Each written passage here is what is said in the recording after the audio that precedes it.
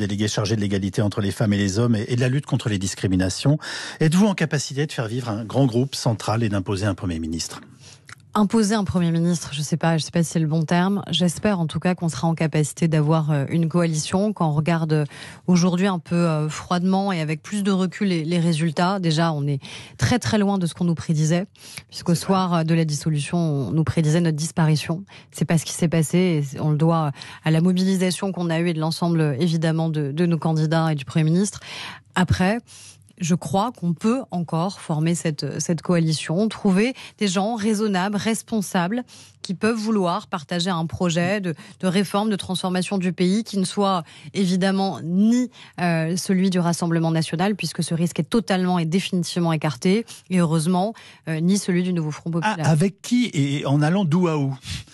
Essayons d'être précis, parce que vous nous dites oui, le groupe central peut exister, donc on a envie de vous dire, déjà il donnez-nous continue la à exister. matière. Les Français ont décidé que ces idées continuent à exister, même si j'ignore pas qu'on a évidemment perdu un certain nombre de députés et de sièges. Quid par exemple des Républicains ? Est-ce que les Républicains veulent rester uniquement une force qui serait une force réduite, mais une force d'opposition et d'opposition systématique, ou est-ce vous vous adressez à eux directement ce matin ? Oui, parce que je crois en leur disant, on a un parcours à faire ensemble ? Dans les circonstances historiques que nous traversons ? On a des circonstances, vous le dites vous-même, qui sont des circonstances inédites et historiques. Est-ce que ça veut dire que chacun doit rester enfermé dans son parti actuel et dans son projet actuel, ou est-ce que ça veut dire que ces circonstances inédites doivent permettre de générer des coalitions qui le sont tout autant ? Moi, je l'espère, parce qu'à la fin, sinon, il se passe quoi ? Il se passe un nouveau Front populaire qui est particulièrement divisé en son sein, on le sait bien. Ils se sont alliés au moment des élections, alors que quelques semaines avant, ils s'entretuaient au moment des élections européennes, avec une violence d'attaque, notamment à l'encontre de Raphaël Glucksmann de la part de la France Insoumise. Je crois qu'il n'a pas totalement oublié, et il a bien raison de ne pas l'avoir oublié. Et avec des écarts. Alors vous lui dites quoi, Raphaël ? Viens avec nous ? Je dis, est-ce que les autres sont en capacité demain de gouverner ? Non. Personne n'est en capacité de toute façon de gouverner seul. Le nouveau Front populaire, ça fait pas 289 députés. Par contre, ça fait 289 députés, et même bien au-delà, qui s'opposeraient demain à leur projet au sein de l'Assemblée nationale. Donc ça veut dire que de toute façon, chacun doit être en capacité de créer du compromis et d'aller au-delà de lui-même, sinon personne ne résistera, et ce sera la quatrième avec des gouvernements qui seraient renversés de manière assez systématique. Et si je vous dis c'est déjà la quatrième, est-ce qu'il vous arrive de vous poser des questions sur ce qui se passe dans la tête du président de la République ? Non, mais moi, je fais pas de psychologie. Ce que je sais, c'est que là où tout le monde considérait que c'était une folie, et en vérité, on voit bien que ça n'est pas ce qui s'est produit pour la majorité. Ça a été difficile, c'est certain que ça a été difficile, mais on a un socle qui revient aujourd'hui à l'Assemblée nationale, et heureusement, on a totalement écarté le risque d'un RN avec une majorité absolue. Encore une fois, le soir du premier tour, c'est ça qu'on nous disait. Ça y est, ils sont là, ils sont aux portes du pouvoir, et dans une semaine, ils ont gagné. Ça n'est pas ce qui s'est produit. Votre projet central, il va de la droite, en incluant l'ancien Premier ministre Édouard Philippe, qui vous a rejoint, mais qui fait partie de la famille maintenant, et il va donc jusqu'à Raphaël Glucksmann et au Parti socialiste. Je vous ai bien compris. Non, mais il y a un moment où il faut mettre des noms et des... La question, c'est pas forcément les noms et de savoir qui sortirait du chapeau miraculeusement pour devenir Premier ministre. J'entends bien, mais là, ce que les Français se disent, c'est aujourd'hui, personne n'est en capacité de gouverner. C'est ça qu'ils lisent des résultats, ils savent les lire aussi bien que nous. Et donc, ils voient bien que personne n'est en capacité de gouverner seul, et qu'on a un RN, pour le coup, dans l'incapacité de le faire, et tant mieux, et un nouveau Front populaire qui ne sait pas compter jusqu'à 289 et qui n'a aucune possibilité de s'élargir, aucune possibilité de s'agrandir, voire même un risque de rétrécissement, puisque des divisions en son sein. Les seuls qui sont en capacité aujourd'hui de s'élargir, ça peut être ce bloc central, avec évidemment beaucoup de conditions. Il faut beaucoup d'humilité à partir du moment où, évidemment, nous ne sommes pas, nous sommes les sortants, de manière évidente, mais nous revenons quand même avec beaucoup de députés. Mais on a cette capacité, nous, potentiellement à s'élargir. Si on ne le fait pas, eh bien le risque, c'est un vrai risque d'instabilité parlementaire et gouvernementale. Je ne fais pas de philosophie, mais comment expliquez-vous l'incroyable bouleversement que nous avons vécu en une semaine ? Déjà, vous interrogez ? Vous êtes bien sûr. Mais il faut avoir un système de valeurs quand on accepte de prendre des charges comme la vôtre. Déjà, je crois qu'il y a eu justement un système de valeurs qui a tenu dans notre pays. C'est-à-dire que je suis ministre aussi en charge de la lutte contre les discriminations, le racisme et l'antisémitisme. J'ai vu énormément de Français angoissés comme jamais en fait dans cet entre-deux-tours, qui avaient peur de ce qui pouvait arriver, qui avaient peur des majorités qui pouvaient sortir, qui avaient peur du projet politique qui allait l'emporter dans notre pays. Oui, sauf que, pardonnez-moi, mais les européennes plus les législatives en Berger, ça fait 2 baffes que vous envoient les électeurs.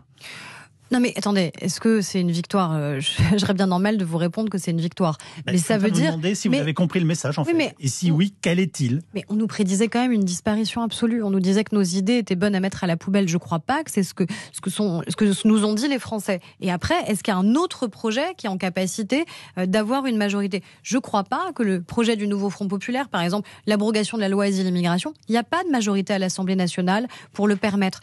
Les hausses d'impôts assez spectaculaires qui étaient prévues. Il n'y a pas de majorité à l'Assemblée nationale pour le permettre. Or, hier, qu'est-ce qui se passe ? Le premier qui s'exprime pour le nouveau Front populaire, comme d'habitude, s'appelle Jean-Luc Mélenchon. Celui qui dit, de toute façon, c'est la France insoumise qui décide à la fin et qui gagne à la fin. C'est évidemment ce que nous redit Jean-Luc Mélenchon.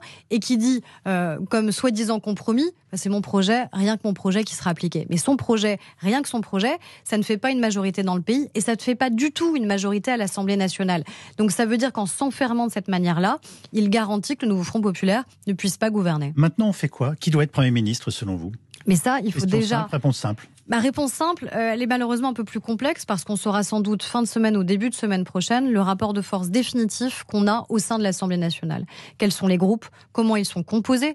Vous savez, à l'Assemblée nationale, ça se compte par groupe. Les intergroupes, les coalitions, ça n'existe pas à l'Assemblée nationale. Donc, que pèse chacun des groupes et éventuellement ensuite que pèse chacune des coalitions pour ensuite gouverner et autour de quel projet ? Si chacun s'arrête au projet qu'il a présenté aux Français, eh bien là, c'est sûr que personne demain, encore une fois, ne sera en capacité de gouverner et de tenir plus d'une semaine ou de 15 jours face à l'Assemblée nationale. Avec une femme ou un homme de gauche à la tête du gouvernement ? C'est quelque chose de concevable ? Mais ça dépend du projet. Négociable, d'intéressant. Ce serait bien qu'enfin on parle des projets, parce que là on nous interroge quand même énormément sur qui. Il n'y a personne qui se dégage de manière naturelle et évidente, sinon les noms seraient déjà sortis depuis hier soir. C'est pas le cas. Donc ça veut dire quand même sur la base de quel projet on peut trouver du consensus dans notre pays pour quelques mois, pour une année. Est-ce que ça peut aller au-delà dans un pays qui n'est pas franchement habitué à faire des compromis et pas franchement habitué à créer des coalitions. Donc ce serait totalement inédit, neuf, mais on a une situation qu'il est.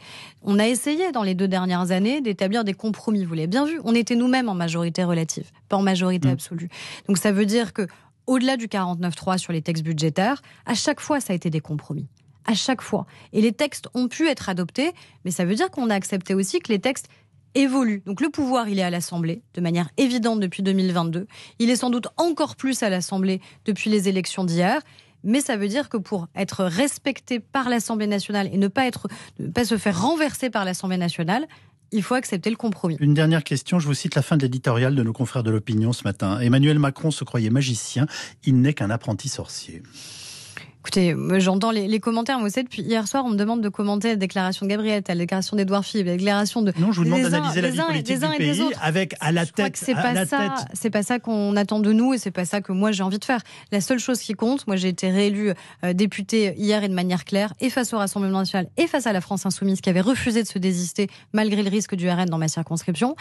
À la fin, c'est concrètement, c'est quoi le projet politique qu'on porte pour ce pays et avec qui ensuite on peut espérer pouvoir le conduire. C'est ça la seule question qui devrait nous obséder aujourd'hui. C'est quoi le projet politique qu'on porte pour ce pays ? Et à ce propos, Emmanuel Macron a encore quelque chose à nous dire ? Mais il est président de la République, donc oui, je pense qu'il a encore quelque chose à nous dire évidemment, garant aussi de la stabilité de nos institutions. Et je crois que dans la période, c'est particulièrement important. Merci beaucoup, Aurore. Merci à vous. Je rappelle que vous êtes ministre délégué chargé de l'égalité entre les femmes et les hommes et de la lutte contre les discriminations. Bonne journée à vous, bon travail. Merci.